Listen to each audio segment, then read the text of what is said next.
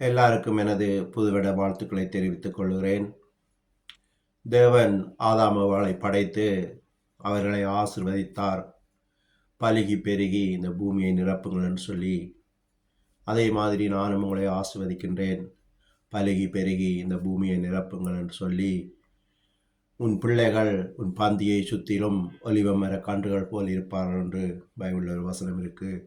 அதே மாதிரி உங்களுடைய பிள்ளைகளும் உங்களை சுற்றியும் ஒலிவ மர கன்றுகள் போல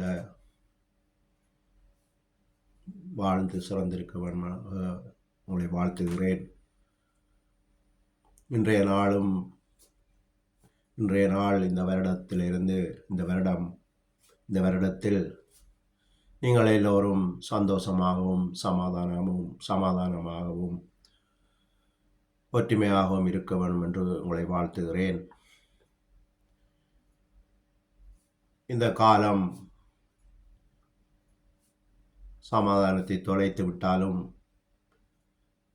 நாங்கள் எங்களால் முடிந்த அளவுக்கு சமாதானமாக இருக்க பழகிக்கொள்ள வேண்டும்.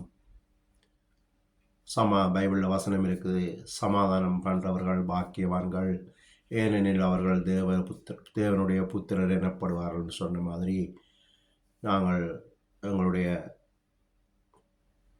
எங்களை விட்டு கொடுத்து முடிந்த அளவுக்கு பொறுமை காத்து வந்தால் நாங்கள் இந்த காலத்தில் சமாதானமாக வாழ முடியும் என்று சொல்லி